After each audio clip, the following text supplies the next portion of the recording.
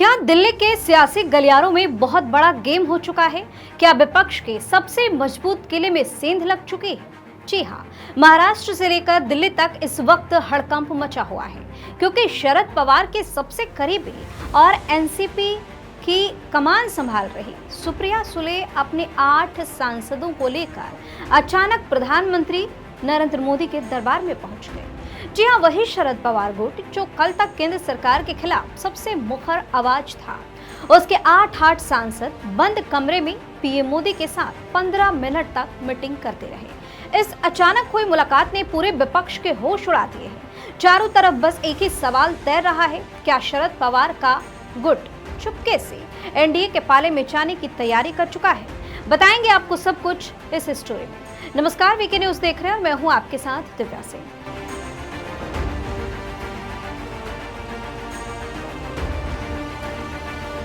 दरअसल विपक्षी गठबंधन इंडिया के लिए यह बैठक किसी बड़े झटके और रहस्य से कम नहीं है।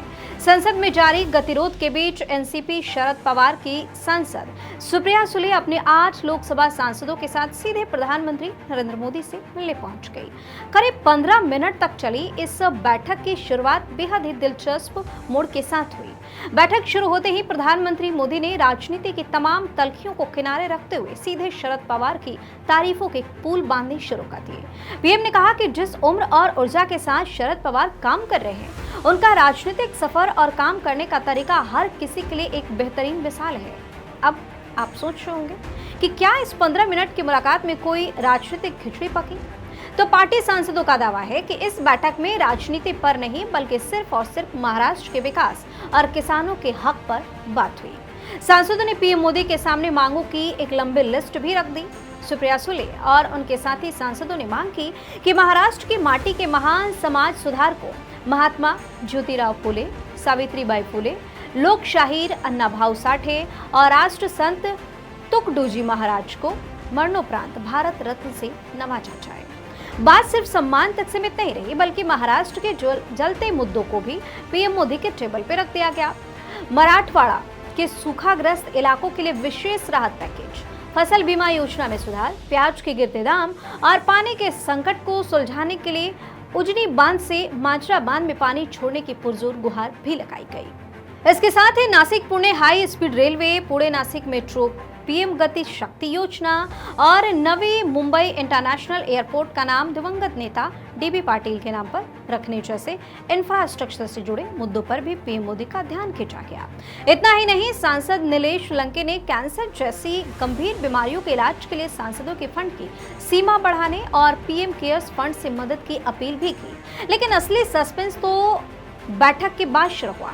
जैसे ही ये खबर आई, दिल्ली से लेकर मुंबई तक ये चर्चा आग की तरफ फैल गई कि क्या शरद पवार का गुट एनडीए में शामिल होने जा रहा है?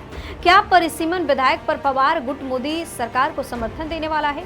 इसके बाद अटकलों पर विराम लगाते हुए सांसद बजरंग सोनावड़े और डॉक्टर अमोल कोल्हे ने साफ शब्दों में कहा, हम विपक्ष में हैं और विपक्ष में ही रहेंगे। उन्होंने समझाया कि जब संसद ठप पड़ी हो तो अपने क्षेत्र की जनता के काम कराने के लिए सीधे प्रधानमंत्री से मिलना कोई गुनाह नहीं है। सत्ताधारी नेताओं से मिलने का मतलब पाला बदलना नहीं होता। वहीं परिसीमन बिल पर पार्टी प्रवक्ता क्लाइड तापसे ने स्थिति साफ करते हुए कहा कि अभी बिल का अंतिम ड्राफ्ट सामने नहीं आया।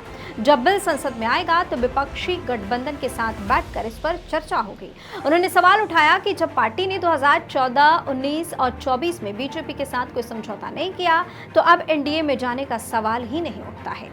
फिलहाल राजनीति मतभेद अपनी जगह, लेकिन महाराष्ट्र के विकास के नाम पर हुई 15 मिनट की मुलाकात ने पूरे देश के सियासी पारे को आगे बढ़ाने का काम किया है। अब देखना यह होगा कि पीएम मोदी के सामने रखी गई इन मांगों पर केंद्र सरकार क्या कदम उठाती है, या फिर ये मुलाकात आने वाले दिनों में महाराष्ट्र की राजनीति को किस नए मोड़ पर लेकर जाती है। आपकी अपनी राय क्या है, हमें कमेंट करके बताइए। चैनल को सब्सक्राइब कीजिए, वीडियो को लाइक और शेयर कीजिए। धन्यवाद। वीके न्यूज, राष्ट्र के नाम।